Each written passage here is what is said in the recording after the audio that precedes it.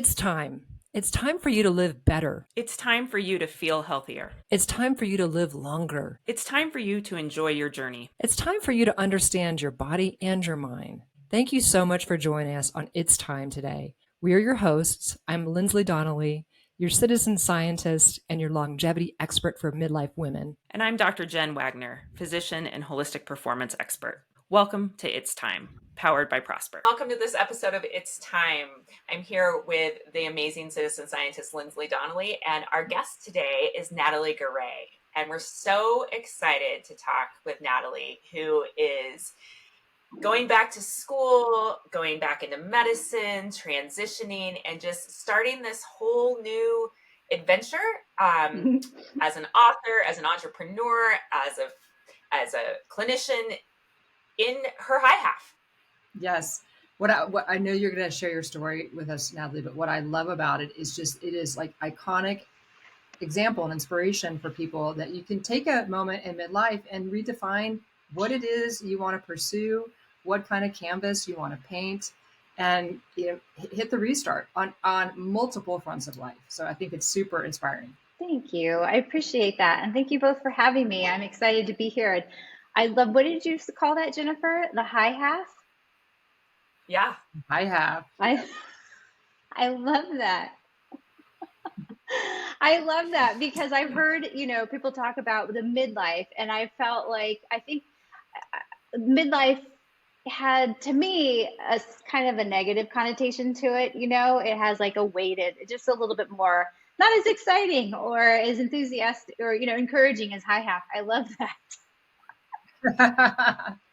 I love that. So, well, I have to share this story that I met Natalie in New York City this fall at the Swells New Pause Symposium event. Yeah. I don't even know what I would call it, event. Yeah. But the funny part was we were at the screening of the M Factor the night before, and I'm like, I see this woman, and I'm like, she's got these cool shorts on and just this cool vibe. I'm like, I need to meet her. And then we ended up like standing in line next to each other, and that's kind of how we connected. So I was like, she's definitely in her high half, rocking it.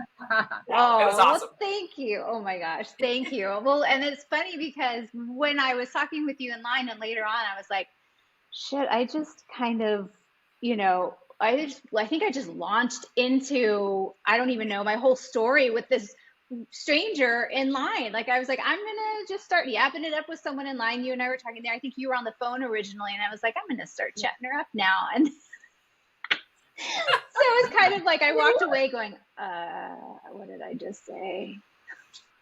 That's the best, the serendipity. Yeah. That's it. And yeah, so it was really great. That event was fantastic. I'm still trying to put it all together and process it. And it was just such an inspiration for me into this high half of my life. This is where I'm going. I want to be, as part of that loudspeaker that's talking to the women in our camp and saying, we don't have to go along with this BS that we've been told that after 40 it just gets worse, and to settle in and enjoy the chin hairs. It's something that we can actually do something about and enjoy, and if not, feel even better than we have for many, many years. Because, for most of us, there's partners, there's jobs, there's kids, there's all the different things that have been taking our attention. And I feel like, yeah, we've got a few of those things still with like teenagers and kids going off to college, and maybe our parents are getting older, but it's a little bit different and it's a little less. And now we're kind of going, WTF? Where have I been? What's going on with my body? And we can actually tune in and pay attention to it and do something about it. So that's kind of where I am with my life. And that all started with the kids going off to school, my mom passing from dementia, and me going, WF, and that's what started my journey. So I've been a Pilates instructor for the last 20 something years. And that was something that and prior to that, I was a dancer. I went to UC Santa Barbara. I was a dance major. And then when I was in Los Angeles and dancing, I became pregnant with my twin daughters, and I spent 2 months on bed rest with them and in the hospital and had a cesarean section with them. Fast forward 19 months later, I had my second daughter, oops, third daughter, because the first one were twins, and had another C-section. So in that process, I was introduced to Pilates. I needed a job. I needed to do something with my body, and that was something my girlfriend introduced me to because she bought a studio. So the more and more I practiced that and taught women, it not only helped me rehabilitate my body, because like I said, as a dancer, I was active, I was relatively strong, and I was relatively, healthy. But after spending 2 months on bed rest in the hospital, my body had completely atrophied. It was really incredible how much my body had atrophied in those 2 months. And I couldn't even stand up straight. And that was a major abdominal surgery that I experienced. And what I realized was that major surgery is kind of dismissed as a simple surgery. It's kind of, women experience it on a regular basis, but we're not given the right tools on how to rehabilitate it. And so I had all these realizations about, wow, there really is no playbook for, going into motherhood, what to do with our physical body, let alone our emotional body or energetic body as we move into this huge life-changing transition and take care of kids. So that has been the growth and the change through my process over 20 years, is just working with women to rehabilitate their physical body. And this is what the book is about. It's about the foundation, the physical body. And then what I started to see in my clients as well was the emotional rehabilitation that they could benefit from as well as the energetic, because there was just a lot of, for lack of a better word, like out of body presence that I was seeing with them, because pregnancy and going through the process of childbirth, you almost have to disconnect from yourself a little bit to go through that big process and that big transition. And so that is where I started. And the book I mentioned is coming out at the end of January. It's called WTF Happened to My Body, Fixing the Aftermath of Having Kids, no matter how long ago it was. And I said, this is the playbook. This is the guidebook that you should have received when you had kids. This is how you put your bits back together again after having kids, so that so you could be better. Of course, we're dealing with a shit ton of stuff in the process, but so you can function properly to be the mom and everything, every other role that you have going on. And then with my mom passing in 2021 with dementia, that just created a deeper curiosity with what was going on with her body, what was going on with my body. And like I said, having 3 daughters, I just felt that was a huge loss for them as their grandmother. My mom played a huge role in their life, huge. So of course, losing her had a big impact on them. And the more I thought about it, I thought, well, one, I don't want that to happen to me. And I know going through that process with her, that's a lot of things that I can do to prevent that. If not to push and delay it. There you go. That's the word. Right. Yeah. And I don't want my kids to have to watch me go through that, or anybody else's kids have to watch their parents or grandparents go through that. And so that's why I was saying earlier, I want to be part of that megaphone that shares, like, this is what I know. This is what we're learning about the body and how it functions, about women's health. And there's more and more things that we are learning now that we can do to delay it, if not prevent it altogether. And so that's why I went back to school to become a naturopathic doctor at the age of 46. Yeah, that is fantastic. One of the things when Jen and I talk about, the conversations we're having with women, it is this moment of time where you have, it's a gift, right? You have this glimpse into our mothers and our grandmothers, and you can see what that road looked like. Mm-hmm. And it's kind of in combination with all of this longevity science and what we're all learning at a rapid rate, and new focus on what we're learning about menopause, peri and post. And it gives us this opportunity to say, hey, let's take a moment and imagine being 22 again with all that energy, mm-hmm. with the wisdom that we have now at 46, at 56, and what an amazing catalyst that can be to paint this new picture. So, your example of your daughters and your mother and how that kind of opened up a window for you. When you were researching your book, were there like 2 or 3 kind of just headlines that came to you that if you could, package these up as a little gift to all women listening, what would those 2 or 3 things be, and how they're starting to think about reshaping the high half? Yeah, I think that 3 of the things I've talked to my clients about now, and my emphasis is that it's never too late to rehabilitate after having kids. So with those of us who are 40 plus and now asking WTF, we know now, or we've always known, that exercise is huge in our physical, mental well-being. But almost we've heard it so many times that we kind of just like, yeah, I know it's not, yeah, I get it. But I feel like it wasn't necessarily, we didn't really get it. We get it, but do we do it? Or a lot of us didn't really get it, is how I saw it. So exercise is huge. Building muscle mass is huge. Rehabilitating rehabilitating your foundation, your muscles afterwards. Because like for me, it was massive atrophy. And how that having a C-section played a huge role in just my overall functionality. I couldn't stand up straight. I couldn't carry anything. I couldn't lift anything. And had I not rehabilitated, that would have affected so many different things, just such a huge chain of events from, posture to everything. Mm-hmm. Well, as you were mentioning that, I also had 2 C-sections and no playbook. But when you're describing that kind of exercise and rehabilitation, and people sometimes not getting it because we were taught exercise for maybe an external perspective, right? Body comp, or we're doing back in our teens and 20s. But what you're kind of putting on offer is exercise for your internal muscle structure, right? Your internal rehabilitation, which I think that's a new lens and priority, and especially hopeful to say, hey, it may have been 20 years ago, but there's still opportunity to rebuild. Yeah, absolutely. You're right in that too. We were taught to cancel things out, to cancel out the food that we ate, or to cancel out whatever we did. It was more of a form of a punishment, one, and or to the external view of ourselves. And now it's more about life saving, and life, yeah, it is. It's life-saving and it's life-changing, because as we,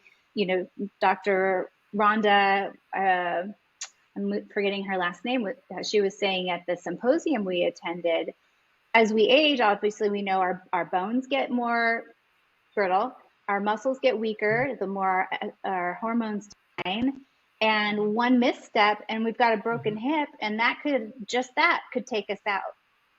So yeah, it is. It's really about rebuilding that foundation. And what I love about Pilates is that it does get into those smaller foundation muscles, those foundation building muscles, strengthening muscles, to build from the inside out. Mm-hmm. And we need that. I mean, at any point, at any stage in age. And so going back to your question, building muscle mass and rehabilitating for strengthening purposes. Eating well, it's like, these are so basic, but still, to me, they're just like, you have to double down on those things after a certain age. Eating well for what your body needs. And then the third one would just be, I don't know, stress. Again, so simple. It's such a simplified thing to say as well, but things I think are huge. I recently had some labs done, because I geek out on all of this and I want to know what's going on with my body. And yes, we do too. We love that. We love that. Yes. And I had them done in May. So this was a follow-up, and they share with you things that are out of range. What I loved about this too was it tells you about your biological age. And did you do Function Health, or did you do Inside Tracker? Which platform did you use? I did Function Health. And so Function Health. Okay. Yeah. Have you guys used them? Yes. Yeah. We've done both, because we also geek out on it. So we're like comparing and contrasting it, what happened. Oh my God, I love it. I just love it. So I got some results back. Just had my follow-ups done yesterday, and I pulled up some of the results had come through. And the biological part, just, I giggle at it. I just think it's so fun and funny. And, anyway, I had reversed my biological age a little bit more, which I didn't know was going to be possible or was available after a certain point. And so anyway, I just thought that was very fascinating. Just sidebar there, just to get off track. Super fun. It's fun. I mean, you got to have a metric, and that's a great one to go after, right? Yeah. And, I think this whole idea about what it means to age, and I'm so inspired and excited by it's different. I lost my mom to dementia just over a year ago, and same thing. I have 2 daughters. She was really close with them, really close with me, and what a loss that was, but also what a motivation it is to not go that way and like see her. My grandmother, who I was super close with, was always old. I never remember her not being this little white-haired polyester dress woman. And she was the kindest, most wonderful woman ever. But like, she was always old. Yeah. And then my mom got to a point where she was like, not that old. And she's like, I'm going to be old. And I'm like, I don't want to be old. I don't mind if I have gray hair and my body changes, but like, I want vitality and I want to be functional. And so I love this idea of kind of maintaining functionality, and rebuilding from the inside out. So yeah, you know what? We may not all see the changes that are happening, but we are either maintaining function or regaining function that we may have not known that we had lost. And so we can ski with our grandkids and pick up a baby and do all of these things that are really important to us and still have some excitement and things to look forward to. That was one of the things I felt like we don't talk about, we're getting old. Like those words, like we talk about what we want to keep doing. And I think that attitude and mindset shift is so important versus people that just say, I'm old now. I see both of those. It really is a decision. And it would be interesting to see why one would say, I'm old and this is where I end. I'm just going to sit in my rocking chair at this point. And for me, that was my decision, was I'm not ready to sit and do nothing. And I have many ideas and things I want to do and accomplish. And I want to be able to, as I say, have my wits and my tits about me as I get older, because there's no point in being 90 or 100 if I can't do anything. Don't want to be. Right. That's right. Yeah, that's right. And, when we started kind of first looking at this, Jen and I would describe this, we were like, sometimes people are exhausted that they're going to live that long potentially, but you may not have a choice. I mean, you might just be living that long, the way the healthcare is going and the way longevity trends are being forecasted. So you might as well bet on yourself and I love that expression, have your wits and your tits about you. Like you might be waking up and be 100 years old. So you don't want those last 20 years to have kind of just been limping across the line. Yeah. It might be a tattoo. Yeah. So Natalie, that'd be great, Linz. So what made your decision to go back to naturopathic school? Because that's a huge undertaking, right? And talk about needing a lot of energy, motivation. Having gone to medical school, now 25 years ago, like it's a big deal. That's a big deal. Yeah, it is. And it was when going back to my mom's journey, for the longest time, she had complaints and symptoms that were coming up. And, she would go to various doctors or her primary doctor. And it wasn't until the last 5-ish years of her life that we found ourselves at a functional medicine doctor. And so I would go to her appointments with her. And I just found it all so fascinating. Looking at the blood work and going, oh my gosh, you're deficient in this. And if we, increase this, then you might feel better, more energized. You might not be so, low in your mood, or just various things. She also did neurofeedback. And I did a little more feedback right now. And so anyway, I just found it so fascinating. And I just thought, well, how can I learn this more? How can I do something similar to this and help women and educate women. And I loved the functional medicine process. And so the more I Googled, the more I researched, because I really had no idea. I think I Googled, like, how do you become a functional medicine doctor? And it turned out, you could go in this path as a chiropractor or an acupuncturist or something. And I was like, oh, I want to go a little bit deeper than that. Not that I'm all that educated about what their schooling process is. So naturopathic doctor. And then I found that there was a program here in San Diego, which at the time I did not live in San Diego. I was living on the Central Coast here in California. But my two options for this program were Washington State or San Diego. And I thought, Washington State's not going to be for me. So it's 4 years, advanced major. I had plenty of prerequisites to do before getting into the program. So I'm down to my last 2 organic chemistry classes, and then I will be in the program in the fall of 2025. So it is a large undertaking. And again, it's a decision every day to continue with my health, maintaining my health or improving my health, because I know I'm going to need it for these next 4 to 6 years, because my focus will be on longevity, hormone, and brain optimization for women in the north of 40 crowd. Yeah. Great. That's awesome. Yeah, fantastic. Well, wish you all the luck in that journey. I mean, we know you're going to do great, but having gone to allopathic medical school, I know what a long road it is. So it's exciting, and congratulations for embarking on it. And because the world needs more of those physicians that just have a more holistic view on what it means to take care of ourselves and help people. So that's awesome. Yeah.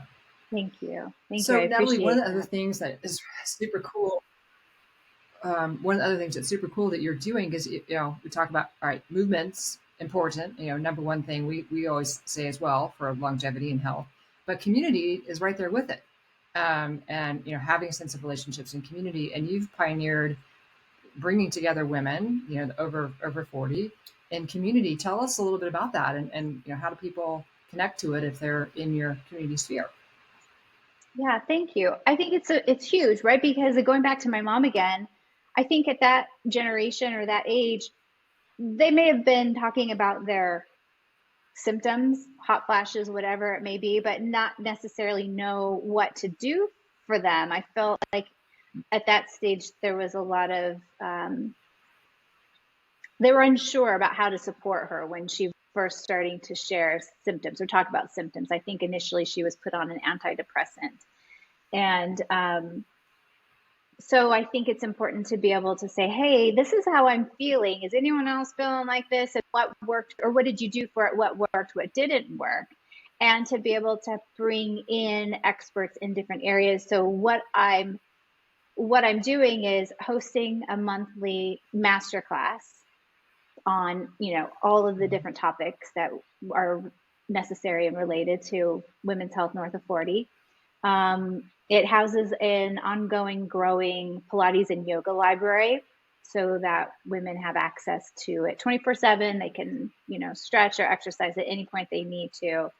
The community piece, like I said, women can connect and chat. And my hope is that eventually we can section it off where women in Los Angeles can get together, or, women in Miami can get together. They find each other in different subsections in their communities and meet in real life. Cause that's the best part. I love the real life stuff, but the online world is much more convenient sometimes.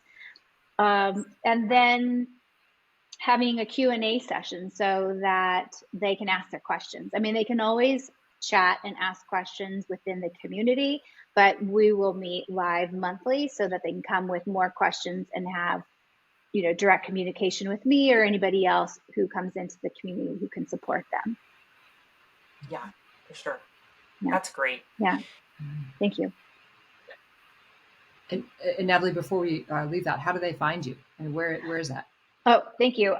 So I am always on Instagram. My Natalie says WTF. And that is also my website, nataliesayeswtf.com. And so the North of 40 Club is available there on the website. And I'm always available for questions on Instagram if anyone wants to shoot me a DM or needs a link to something or needs a resource. I love talking about this stuff, so I'm happy to share. That's awesome. Linsly and I are getting a fast class on social media. We're trying. Yeah. We're trying to learn it. Yeah. Relearn it. I came off of it in 2017, and so it's a whole different world now. Trying to plug back in. I mean, it changes every couple of months, so that's got to be a big change. It's a learning process. There's definitely a learning curve. I'm still learning it myself, but yeah. Fantastic. And so I just want to make sure that so website, Instagram, tell everybody the name of the book one more time, just to make sure that we're all on the same page and can find it when it comes out. We're super excited. Thank you. Yes. And I do have currently a wait list on the website if anyone wants to be notified when it is available. And the book is called WTF Happened to My Body: Fixing the Aftermath of Having Kids, no matter how long ago it was. So there's obviously always a little bit of humor behind what I do. I like to try to keep it light and fluffy. We are talking about some serious topics, but we have to keep our humor as well. But also, I just thought of something when you were mentioning that is I have a podcast as well called WTF Happened to My Body. A little bit of theme here. Well, we want you to come do a book tour in Park City. I would love that. That would be so fun. Yeah, no, we would love it. That would be great. Yeah. No, we just appreciate your time. We really try to highlight women in this space who are creating communities, who are really putting out high quality information, and really, like you said, trying to expand this megaphone that is so important to all of us because of the misinformation we've all been given, lack of information that we've all been given, and trying to really make sure that we're talking about the same things and bringing these things up in conversation, and so that women know that there are things we can be doing really proactively that are fun and they're enjoyable. Mm-hmm. And I love your statement that you just made about keeping it light. It doesn't have to be this like heavy, thick to-do list. No. It can be light and it can be fun, and that just increases the joy, and we're more likely to stick with some of these behavior changes we need to if they are fun and engaging and create community. Yeah.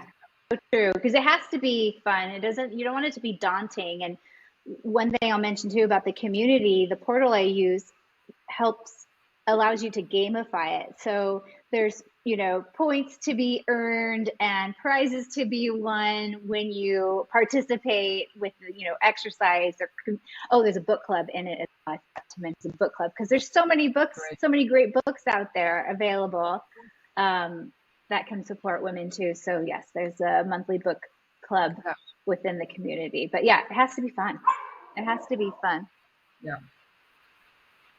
Natalie, before we let you go, is there, you're thinking about movement. Is there anything that you talk about in WTF for women now that is a movement idea that's maybe different than the traditional, like, go to Pilates, lift weights, do VO2 stuff? Is there a piece of the movement that's really salient to the rebuilding your body after pregnancy that might be different for women based on, versus what they read or looked at in the past? I don't know if it's necessarily different. I mean, I think Pilates, what I love about Pilates is that it's so simple, gentle, and can be tailored to anybody. So when I had my studio and when I worked in other various studios, I worked with pregnant women up until the day before they delivered. I worked with hip replacement patients, shoulder surgery, spinal fusions, professional athletes, and anyone from teens to 85. I had a gentleman come in who was about 85, and he said, I want to be on the slopes this winter. I haven't skied in years, so he wanted to get back on the slopes and strengthen. Before that was his goal, and I said, great. So we did, and he went out, he fell, he lost the skis, they flew everywhere. He came back, he's like, I'm done. That was it. I don't need to do that anymore.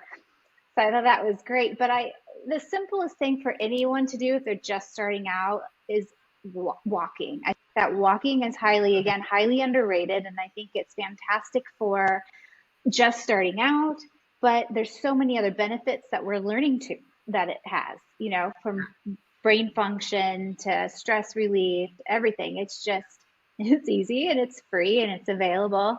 So I highly recommend that. And that's something that I'm doing a lot more lately. I kind of go, my phases of like swimming every day or Pilates every day or walking every day. And right now I'm in my walking phase.